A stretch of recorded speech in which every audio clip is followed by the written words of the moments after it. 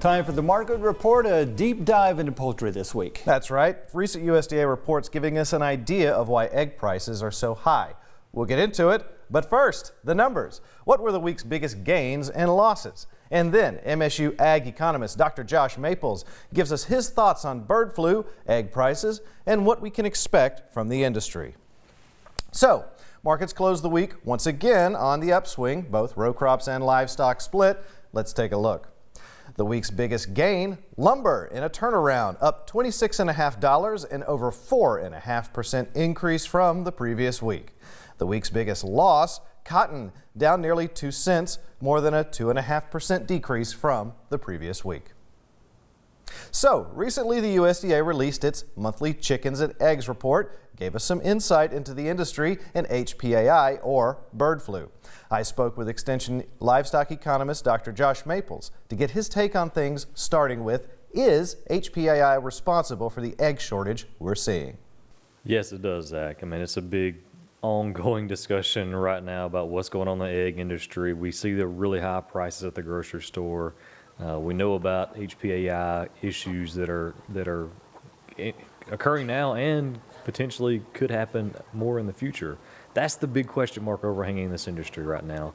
And if you dig into that report just a little bit more, you'll see that the number of layers was actually down about 2%. So chickens that are laying the eggs, but then also the egg laying rate was down about 1%. So we're seeing this issue of we've got fewer layers there. HPAI is one culprit, a big culprit, and then also the rate that they're laying the eggs is down a little bit as well.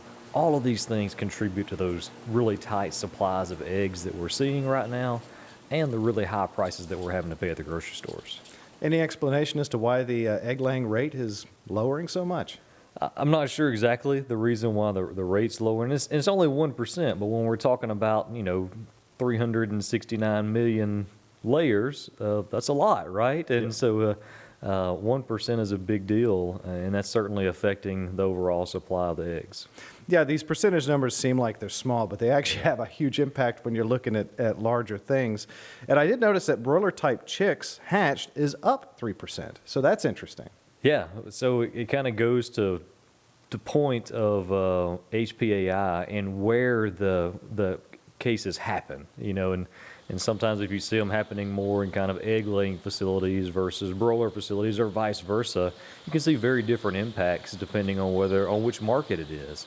And I think that's been something that's been unfortunate, but interesting to track. Really, this HPAI outbreak that we're in right now has been going on for a couple of years. And where it's happening at what time is really important in terms of what we ultimately see at the grocery stores. So do you think this is going to keep going? Is this going to continue for a long period of time, or is this kind of a short-term thing? Well, I hope it doesn't keep going. I mean, it's impossible to kind of predict exactly what's going to happen.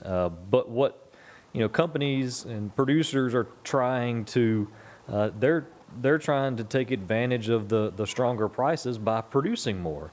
But what throws a wrench in those plans to produce more is whenever you do have more cases of HPAI, which then knocks the supply right back down. So we're in this really interesting kind of supply and demand struggle right now. Producers, companies, they're trying to produce more eggs. It is a goal to do that right now.